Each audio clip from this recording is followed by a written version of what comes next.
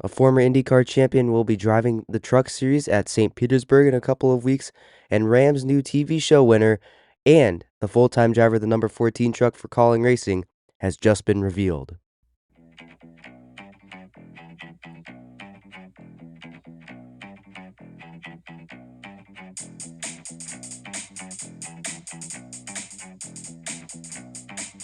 How's it going, everyone? Welcome back to another episode of Talkin NASCAR. I'm your host, Andrew. Hope you've had a very nice weekend. Hope you're ready for Daytona Speed Weeks to be getting underway in only a couple of days. Got some great content coming out for you guys coming up very, very soon. They're all culminating in the Daytona 500 on Sunday, the day before President's Day. So you can be expecting a lot of content from me over the next couple of days. But we got some stories to catch up on from the past week here in the NASCAR world. Starting actually out with some Daytona 500 news, Casey Mears and Garage 66 have officially confirmed that Casey Mears will be attempting to make it into the Daytona 500 this year with support from SI Yachts and the Gracie Foundation. Casey Mears, the former NASCAR Cup Series driver, is entering this season 2026 only 6 starts shy of reaching the milestone of 500 career NASCAR Cup Series starts. He last year in the Truck Series made his 500th career overall total NASCAR start in his career, so it was a huge milestone for him.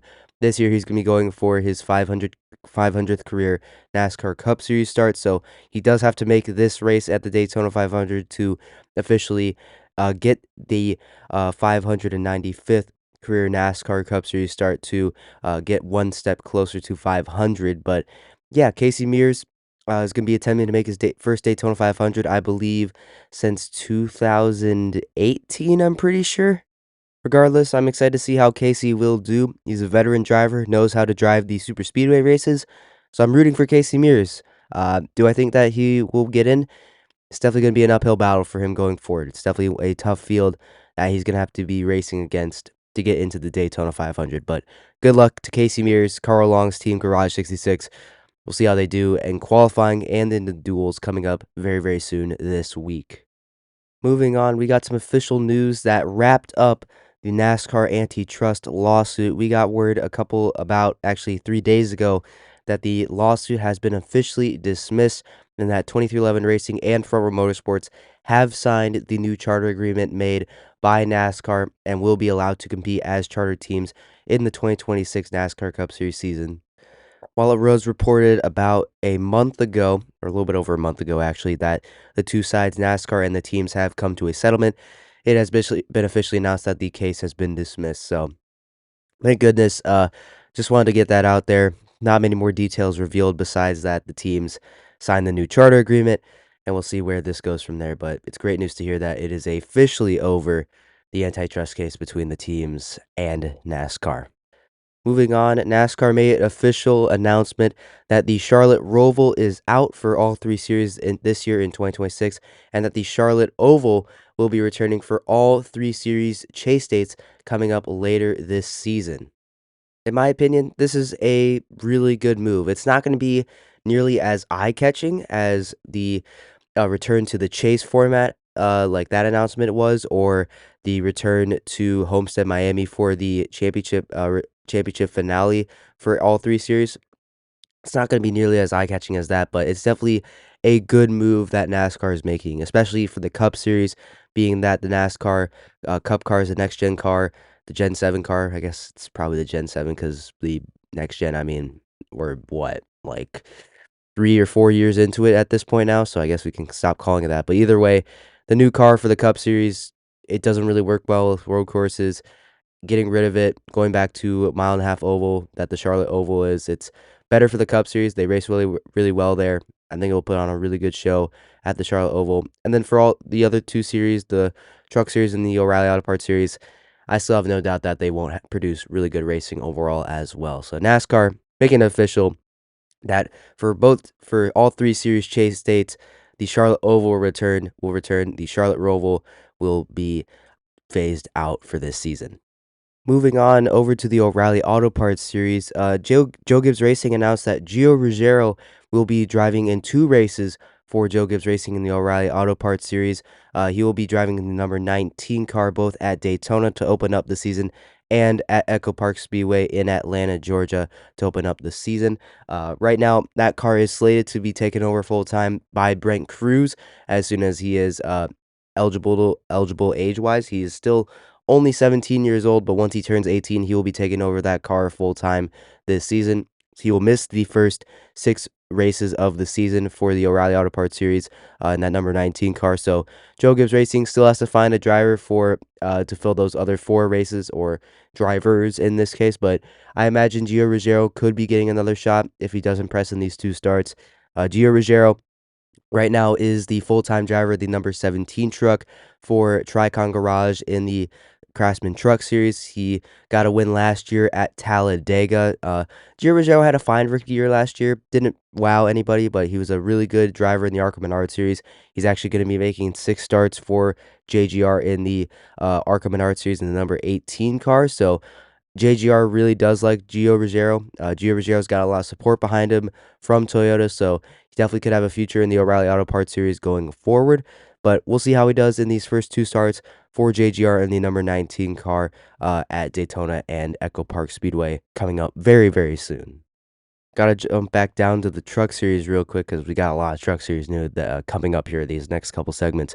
First, the Truck Series and Fox announced their broadcast lineup for the Craftsman Truck Series. Jamie Little will be continuing as the primary play-by-play announcer, joined with analysts Kevin Harvick and Joey Logano on several occasions. They'll be rotating in and out. Josh Sims, Regan Smith, and Amanda Busick will be continuing as the pit road reporters starting at Daytona. However, Fox also did announce that veteran announcers Eric Brennan and Ben Stover will also be rotating in as play-by-play announcers in 2026 for the Craftsman Truck Series this season. Now, I don't know exactly what that means for Jamie Little. I imagine that at least for the Craftsman Truck Series races, it could be that Jamie Little could be completely just taking a break in those weeks when Eric Brennan and Brent Stover, excuse me, will be calling the races play by play. Maybe Jamie Little will be just down on pit road with Josh Sims, Regan Smith, and Amanda Busick. But I have no idea. I imagine it will be something like they'll just be giving Jamie Little a break, potentially win at least in the first part of the season when Fox is also covering the NASCAR Cup Series. Probably will want her to focus more on the Cup Series on pit road side of things. But when Fox ends up losing their or has their part of the schedule end their 14 race stretch. Probably they'll have just Jamie Little return as the primary announcer for the rest of the Craftsman Truck Series season, and we'll probably see more of Eric Brennan and Brent Stover earlier on in the year would be at least my guess for what they're going for here. So, yeah, definitely very interesting to hear that. Was not something that was on my radar. Real quick background on Eric Brennan and Brent Stover. Eric Brennan is mostly known for being on the Cars Tour as a broadcaster and with the Smart Modified Tour as well. He'll be now joining the Craftsman Truck Series and also calling ARCA Menard Series races primarily. And Brent Stover has been well known for working with CBS Sports on their sports network over the last couple years, but now will be transitioning over to Fox, working in the ARCA Menard Series and the Craftsman Truck Series as well. So, quick little background on Brent Stover and Eric Brennan. Moving over to the Truck Series still a little bit here. Dario Franchitti has been announced that he will be driving for Tricon Garage in the number 1 truck at St. Petersburg coming up in a couple of weeks. The 4-time IndyCar champion, he's been well known to drive on the St. Petersburg street circuit that the Craftsman Truck Series will be visiting for the first time this season. It'll be kind of like a Fox partnership since Fox, broadcasts IndyCar primarily now. So Dario Franchitti, again, 4-time IndyCar champion, brings a lot of experience on that road course. He's been more recently a broadcaster involved in that scene. He's been semi-retired from racing. Hasn't been doing a whole lot of racing recently, but will be getting back behind the wheel of the Craftsman Truck Series. He's made some starts in NASCAR. He's had a more successful Cup Series career. I think he had a really solid slash start before he ended up leaving the sport. Made some Truck Series starts, made some O'Reilly Auto Parts Series starts as well. Weren't all too impressive, but We'll see how he can do in that number 1 truck this season coming up at St. Petersburg. He's gonna get support from, Dollar Tree and Family Dollar, I'm pretty sure. It's gonna be kind of a partnership between, that team and Legacy Motor Club. So Jimmy Johnson, who's also gonna be driving for Tricon Garage, Toyota, member as well, with Legacy Motor Club being a Toyota team. Jimmy's gonna be driving at San Diego in later on this season in the Truck Series at Naval Base Coronado. So bit of a partnership there between the Legacy Motor Club and Dario Franchitti and Tricon Garage. And when I saw that though, I did get a little bit of like an idea like, ooh, what if potentially Dario Franchitti makes a return to the NASCAR Cup Series, maybe at Naval Base Coronado in San Diego, maybe at Watkins Glen potentially. Maybe this relationship already will maybe get some things going with Jimmy and Dario. I mean, someone can speculate. I mean, we've seen SVG, Kimi Räikkönen, Jensen Button making starts in the NASCAR Cup Series recently. So, I mean, Juan Pablo Montoya also as well got some starts to win with Legacy Motor Clubs, or not Legacy Motor Club, 2311 Racing. So, I'm just saying, Dario Franchitti could be a guy to watch out for with Legacy Motor Club. They got that 84 car. I'm just saying, like, Jimmy, I bet Jimmy Johnson can make it happen. We'll see. Dario Franchitti won't also be the new face on the Truck Series grid at St. Petersburg. Jackson Lee will be driving for Team Reum in the number 2 truck at St. Petersburg. Jackson Lee, don't know a whole lot about him. All I know is that he's really just driven on that St. Petersburg circuit a couple times. He's driven on it like 4 times. So, yeah, he's definitely bringing a lot of experience to Team Reum. Oh, okay. So he's actually in the IMSA VP Racing Series for Shabuk Simpson Motorsport. So I did not know that, but again, really good road course racer is Jackson Lee. I think he's also raced in IndyCar as well. I'm pretty sure he's raced in IndyCar as well. I can't find anything right now, but I would suspect that he's from that he has raced in IndyCar. I mean, he grew up in Indianapolis, so I mean, I would think that he probably raced in IndyCar just a little bit, maybe on the road courses, but yeah, he'll be also joining Dario Franchitti at St. Petersburg in the Truck Series. Now, quite possibly some of the biggest Truck Series news we gotten over the past couple of days is that Cletus McFarland, yes, that Cletus McFarland, he will be making his first Craftsman Truck Series start at Daytona with Nice Motorsports in their new number 4 truck at Daytona. That is really cool to see. Cletus McFarland, he's getting an opportunity. He's going to be also out there with Travis Pastrana in the number 42 truck. So, I mean, man, Nice Motorsports Truck Series lineup is going to be so funny this year. We got Travis Pastrana, Cletus McFarland, Andres Perez at Daytona. Like, oh man, that's so funny to see. I can't believe it. Travis Pastrana is really helping out Cletus McFarland here. He's bringing Black Rifle Coffee on board to support Cletus McFarland's number 4 truck. So Cletus McFarland's also going to be testing for Nice Motorsports coming up at Daytona very, very soon. So I'm very excited to see. I'm very interested to see how Cletus will do. This Truck Series lineup is very, very interesting. I mean, you already got Ram with Calling Racing, bringing back Tony Stewart. You got Tony Stewart now in this lineup. Now you're throwing Cletus McFarland in this lineup. So this is all looking really, really cool. And not to mention you got Mike McDowell, Carson Hocevar, John R. Nemechek's going to be racing for Halmar Friesen Racing's second entry, number 62, which just announced that they're going full-time as well. So a lot of cool entries going to be showing up at Daytona for the Truck Series race. So very excited to see how this is going. But yeah, very stacked field for the Craftsman Truck Series coming up very, very soon.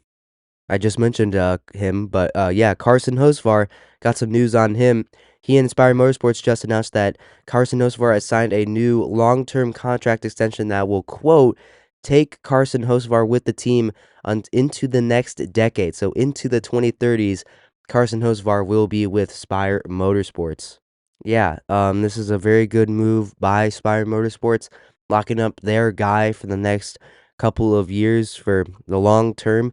As Spire Motorsports continues to ascend, I believe that Carson Hocevar will be the guy that will do it. I mean, Carson Hocevar, he's primed to get his first NASCAR Cup Series victory this season, his third full-time season this year with the team.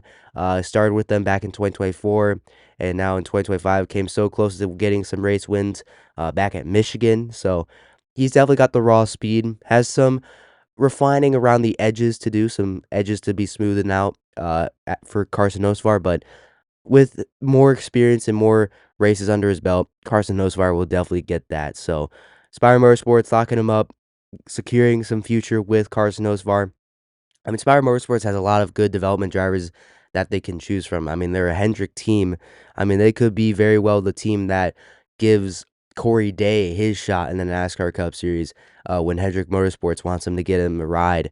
Same thing with Raja Caruth. Nick Sanchez, I believe, can still be. eh, I I hope is at least going to be still involved with this team. I thought Nick Sanchez could move up with Spire Motorsports to the Cup Series eventually at some point. I don't know how likely that is now, but I still like it. They also have Tristan McKee, or sorry, not Tristan, Tanner McKee, the 15-year-old that won at Watkins Glen for Spire in the ARCA Menard Series. I don't know much about where he's going, but I imagine that Spire Motorsports is going to really be in on him, and eventually he's going to be getting some Truck Series starts with them going forward. But definitely Carson knows far too good of a driver to have the risk of letting him explore other options if you're Spire Motorsports. So they're locking up that future with Carson Hocevar right here. Going to be taking him into 2030 at the bare minimum. So yeah, long-term contract. Good luck to Carson Hocevar. He's definitely a guy that Spire Motorsports should be right in giving out that contract to. Moving on over to the 2311 racing side of things, they have just announced Corey Heim's 12 race schedule for this season in the NASCAR Cup Series. It will be, of course, starting at the Daytona 500 on February 15th. We already knew that it was going to be the first start of the year for Corey Heim, but now we've got his all 11 other starts. Now, after the Daytona 500, he's going to be taking quite a bit of a break. His next start in the Cup Series won't be coming until April 19th at the first Kansas race. So it's definitely going to be a little bit of a wait for Corey Heim. I wonder how 2311 Racing is going to be filling out the rest of his schedule. Then he'll be driving Texas, the Coca-Cola 600 at Charlotte. Then he'll be driving at Nashville a week later. Then he'll be also taking another little bit of a break. And then he'll be driving at San Diego for the naval-based Coronado street race that they'll have going on over there. Then he'll be driving at Chicagoland for the 4th of July weekend. Then he'll be driving at the Brickyard 400 at Indianapolis. He'll also be at the second Daytona race in August. He'll also be at the Southern 500 at Darlington. He'll also be driving the second Charlotte race for in that chase, in the midst of the chase, I probably should say. And then his schedule will end at Homestead for the season finale. So yeah, lots of mile and a half, lots of ovals. Not very many short tracks, which I'm kind of interested. I mean, Darlington, I think, is going to be the closest thing to a short track for Corey Heim on this schedule. I'm very surprised that he's not going to be getting any short track races really on this schedule. I thought maybe a Martinsville would be thrown in there, maybe a North Wilkesboro. Some other tracks maybe could have been thrown in there, but I'm definitely surprised to see that 2311 Racing is not really getting him some short track races because those are going to be very pivotal for Corey Heim when he gets up to the Cup Series eventually. Like, I hope he's going to be getting there full time, but at this point, I'm not as confident as I was last year. But yeah, anyways, there you go. That's Corey Heim's 12 race schedule for 2311 Racing in the number 67 car this year for 2311 Racing. Gotta stay with 2311 Racing at least just a little bit. Talking about one of their owners, Denny Hamlin. It was announced during his Clash media conference that he actually has a new injury to his right shoulder. While surveying the fire wreckage of his parents' home in North Carolina that happened earlier this winter, apparently Denny Hamlin retore his right shoulder labrum and his rotator cuff in that right shoulder. So it's a re-aggravated injury that he suffered in December. So he did say that he will be planning to push through it and drive through it this season and will hold off until having surgery until the off season in 2027 and 2026. So yeah, Denny Hamlin, not much to say beyond that. Brother's been through a lot. Just with everything going on personally the last year, and now you add this to the fold. I mean, Hamlin's just really going through it, like, holy man, so, yeah, I don't know how much this will really, affect Hamlin on driving, at least in that case. I definitely know it's gonna be definitely painful for him most likely, like, you're steering the wheel with your shoulders, like, you're holding the wheel pretty hard. So I imagine that's gonna be something that Hamlin's gonna have to deal with, but, at least it's not like a wrist injury or like a broken finger that he's having to deal with. Because like, when you're actually gripping the wheel with that, it's gonna be something, like, more internal and not as direct contact with the wheel, if you know what I mean. So, el I would say it's better than a back injury. It's definitely better than a back injury because back injuries in NASCAR are truly brutal. Hamlin would know that. He had a pretty significant back injury at Auto Club back in like 2012 or 15. It probably was like 16, 2016, somewhere in that range, 2010. So, anyways, Denny Hamlin, re-aggravating a right shoulder injury. We'll see how it affects him this year. But during the clash, I mean, didn't look like it was affecting him too much. I mean, he qualified like I think it was fourth or fifth on the board. So yeah, I don't think it will affect Hamlin too much, but we'll see. I still got full confidence in Denny Hamlin, though. But to end this episode, we got to talk about calling racing in the Craftsman Truck Series and their new Ram partnership. Their new Ram Race for the Seat reality TV show to crown their champion of that show and fill their full time seat for the number 14 truck has just ended with Timothy Mini Terrell winning the show, and he will be winning the seat. So he will be driving the number 14 truck full time in 2026. So congratulations to him.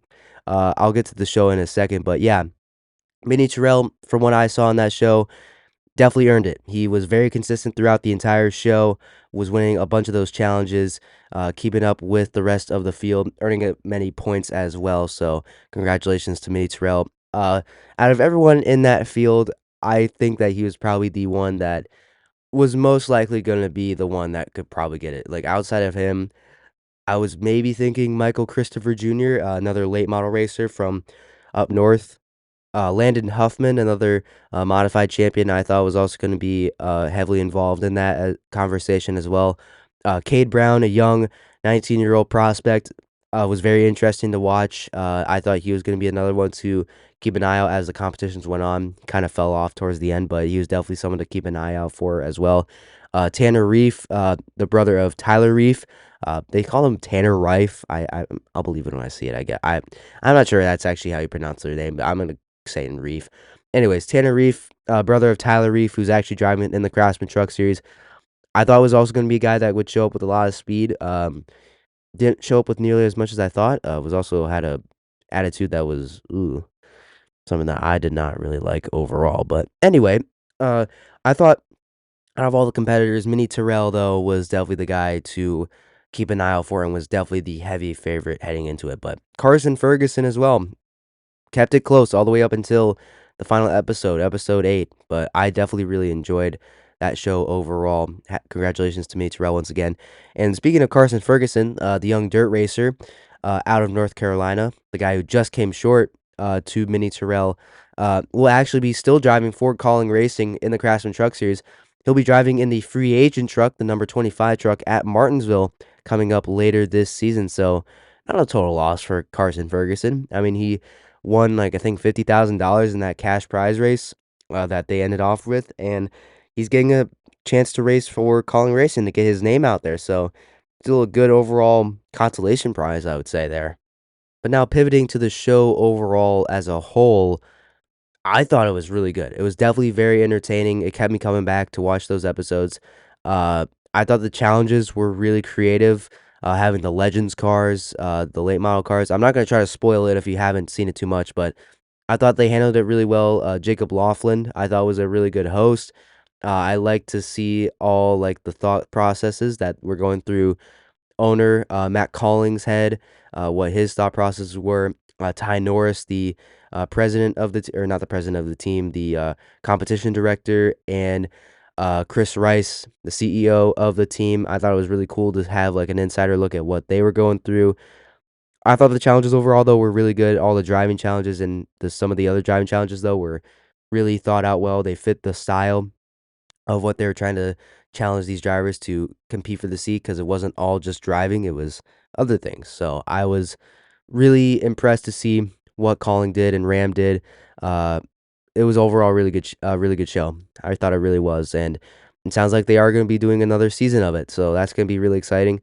I wonder who they're going to bring on. I hope they're bringing on some of the guys that they had on here because I thought it was entertaining. Like Michael Christopher Jr. I think should definitely be a guy that should return. Same with Cade Brown if he doesn't get picked up because I think he's going to be a prospect to watch out for. Landon Huffman as well. If he if he wants to do it again, I think should be a guy that Calling Racing, you know, reaches out to. Mini, I don't know what this means though for like Mini. Like after just one season, does he have to go earn it again? Like it would suck for him probably, but maybe Colin can work something out like, "Hey, Minnie, you did good with the racing in for the seat. You did good. How about we give you just a straight up full-time ride? You don't have to earn it again." I wonder what that means for Minnie Terrell going forward. So, definitely a lot of options though for Colin Racing and Ram for this Ram race for the seat. It definitely looked really good though. It really looks really, really good. Was very entertaining. I really liked it. So, I hope Ram continues to do this and I'm excited for next year's season.